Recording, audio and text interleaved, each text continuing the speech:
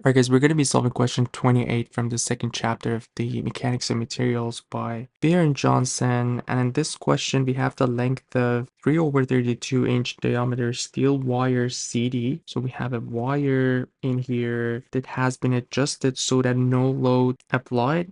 And there is a gap of 1/16 inch between the end of the point B, the rigid part B, and the contact point E. We know that the elastic modulus is 29 million psi, and we need to determine where a 50-pound block should place on the beam in order to cause contact between B and E. So obviously we're gonna have an interval for X, because if we can figure out this X, whatever value we have less than that, we're gonna go somewhere in here, which we can see the more this box move to the right, there will be more pressure in here and obviously more moment about point A, so we can make sure that that's gonna cause the touching of these two points B and E. So what we have in here is the basically we're gonna have the elongation of the cable. So the cable CD will be elongated a little bit where this is gonna happen. So we're gonna have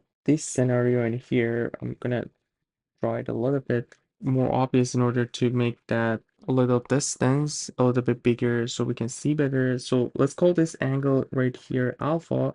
So we're gonna make a right triangle, and finding the alpha matters to us because we also going to make another right triangle in here.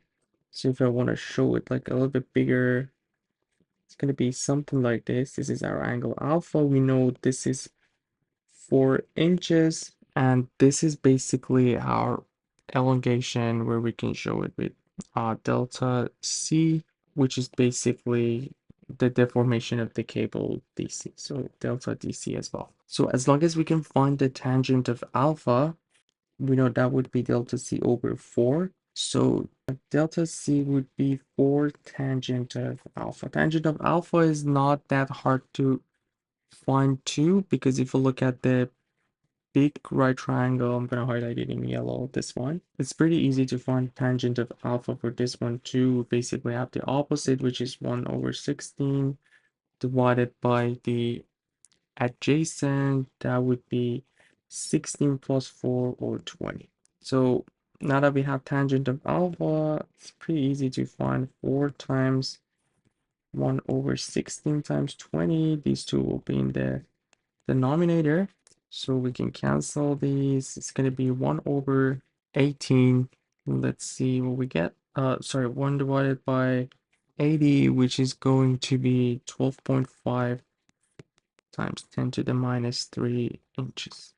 So now that we have this, we know that delta C, which was delta CD, is going to be equal to the formula that we have for deformation, force times length over elastic modulus times A.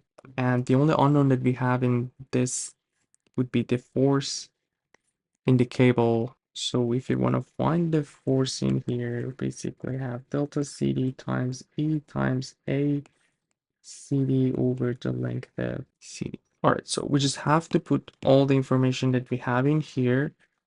We need to figure out the area of the cable. For that, in the first sentence, we have the diameter of the wire. So pi divided by 4 times the length, the diameter, which was 3/32 squared. That's going to give us the area for the cross section of the cable, which is going to be a circle. And yeah, elastic modulus was 29 times 10 to the 6. And we figured deformation 12.5 times 10 to the minus 3. And we just have the length in the denominator, the length, we have that in the question, so it's 12.5. And this should give us the force in the member CD.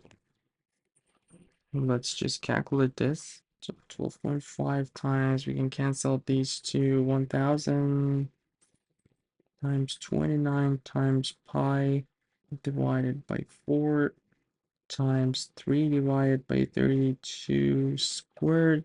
And we're going to have 12.5 in our, have 5.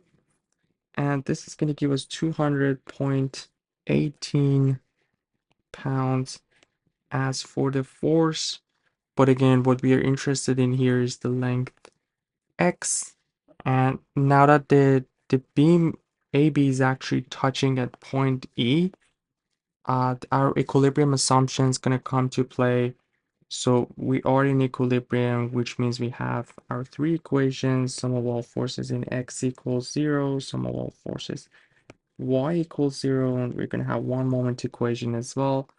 I'm going to draw the free body diagram. So we're going to have a pin at point A, meaning we can consider both x and y component. For that one, we're going to have the force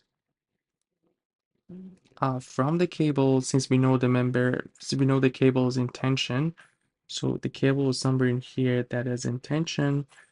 Based on the Newton's law, this has to be in the opposite direction. So FCD will be upward.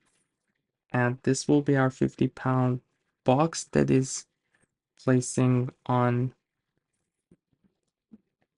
this member. This was our x. We know the length of the whole beam AE is 20. So if that's the case, this will be 20 minus x. And since we are interested in x, the moment equation would be the best equation for us to use. So we're going to find the moment about point A. So we're going to have the moment of FCD, which is counterclockwise, so positive FCD times the distance would be 4. So it's this distance here. So FCD times 4 plus, so the 50 pounds is going to make it clockwise moment about 0.8. So negative 50 times distance is 20 minus x. And because of our equilibrium, this will be equal to 0. Or so if you want to find 20 minus x, this will be 200.18 times 4 divided by 50. So let's figure out our x.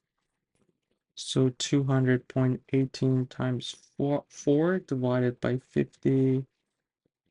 And we're gonna subtract that by 20.